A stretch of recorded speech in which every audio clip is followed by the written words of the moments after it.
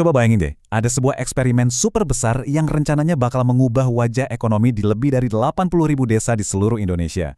Namanya Koperasi Merah Putih. Sebuah rencana ambisius dari pemerintah yang pertaruhannya, wah, gede banget. Di satu sisi, program ini katanya bakal jadi kunci kemakmuran buat desa-desa kita. Tapi, di sisi lain, ada laporan yang ngasih peringatan keras. Katanya ini bisa jadi bencana ekonomi. Loh, kok bisa beda banget gitu? Nah, yuk kita kupas tuntas bareng-bareng. Oke, kita mulai dulu dari visinya ya. Sebenarnya, pemerintah tuh maunya apa sih dengan Koperasi Merah Putih ini? Atau kita singkat aja jadi KMP? Idenya tuh sebenarnya simpel, tapi ambisius banget. Bangun ekonomi Indonesia dari unit terkecilnya, yaitu desa. KNP ini dirancang buat jadi semacam mesin penggerak, biar kita bisa swasembada pangan, sekaligus menghidupkan lagi ekonomi sampai ke pelosok-pelosok negeri. Nah, dengerin deh kutipan resmi ini. Ini nunjukin banget kalau harapan pemerintah tuh setinggi langit. Koperasi ini bukan cuma diharapkan jadi pemain tambahan, tapi benar-benar jadi tulang punggungnya yang nopang seluruh ekonomi desa. Dan soal skala, jangan kaget. Ini benar-benar masif. Kita ngomongin bukan cuma ratusan atau ribuan, tapi targetnya 80.000 koperasi baru di seluruh Indonesia. Baik itu buat pertanian di darat maupun buat sektor maritim di laut. Ini mobilisasi ekonomi yang skalanya gede banget. Nah, rencana segede ini pastinya datang dengan janji-janji manis dong, dan nggak tanggung-tanggung ada 13 janji. Kira-kira apa aja sih resep kemakmuran yang ditawarin? Kalau kita dengerin para pendukungnya, wah, gambarannya itu indah banget. Kayak visi masa depan pedesaan yang super produktif, masyarakatnya berdaya, dan sektor pertaniannya maju pesat. Dari 13 janji itu, kita lihat 6 yang pertama. Ini langsung kena ke hajat hidup orang banyak nih. Kesejahteraan katanya naik. Lapangan kerja makin banyak. Harga buat kita sebagai konsumen jadi lebih murah, tapi pendapatan para petani justru dibikin lebih tinggi. Dan yang penting katanya bisa memutus rantai tengkulak yang selama ini sering merugikan. Oke, lanjut.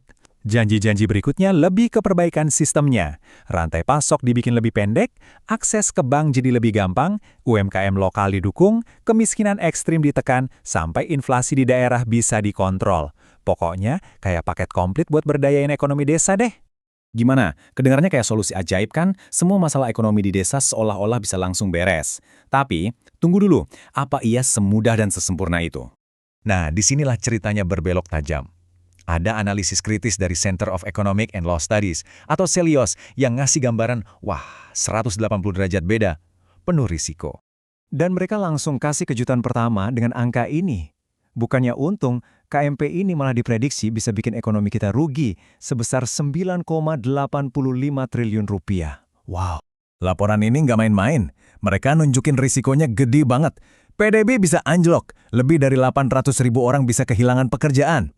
Bank-bank kehilangan peluang besar, dan yang paling parah, ada risiko kredit macet yang bisa jadi beban buat dana desa. Wah, ngeri juga ya. Oke, biar kita paham kenapa kritiknya bisa sekeras ini, ada satu konsep penting yang harus kita ngerti. Namanya opportunity cost atau biaya peluang. Gampangnya gini, ini tuh soal keuntungan yang hilang. Jadi karena duit bank diwajibkan buat mendanai KMP, bank itu kehilangan kesempatan buat naruh duitnya di tempat lain yang mungkin bisa ngasih untung lebih besar. Nah, argumen utama para kritikus tuh kelihatan jelas banget di sini. Coba lihat bar yang tinggi itu. Itu gambaran biaya peluang yang hilang buat bank. Gede banget kan? Sekarang bandingin sama bar kecil di sebelahnya. Itu proyeksi keuntungan dari KMP. Jomplang banget kan? Kayak nggak sebanding gitu risikonya. Jadi, bayangan para kritikus tuh bukan desa yang hijau, subur, dan produktif. Justru sebaliknya, mereka khawatir hasilnya malah jadi kayak gini. Proyek mangkrak, usaha kecil pada gagal, dan ekonomi desa malah jadi stagnan. Beda banget sama janji-janjinya ya. Oke, jadi sekarang kita punya dua cerita yang kayak langit dan bumi. Yang satu bilang ini bakal jadi surga, yang satu bilang ini bisa jadi bencana. Pertanyaannya, kok bisa sih pandangannya beda sejauh itu? Ternyata jawabannya itu bukan cuma soal hitung-hitungan angka, ini lebih dalam lagi. Soal perbedaan mendasar di struktur dan filosofi programnya itu sendiri. Nah, ini dia beda utamanya. Kalau koperasi biasa, itu tumbuhnya dari bawah ke atas atau bottom up. Artinya, inisiatifnya dari anggota buat anggota. Tapi, KMP ini sebaliknya, dari atas ke bawah, alias top down.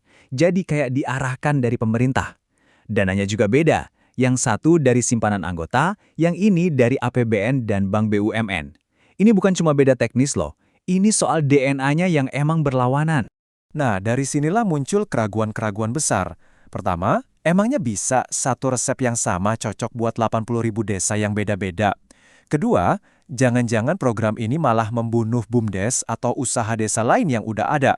Dan yang paling ditakutin, risiko munculnya ribuan koperasi papan nama.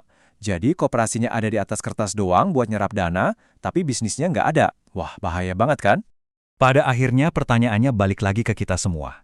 Dengan taruhan triliunan rupiah uang rakyat dan nasib ekonomi jutaan orang di pedesaan, apakah eksperimen raksasa ini sebuah langkah maju yang berani atau malah sebuah pertaruhan yang risikonya terlalu besar untuk diambil?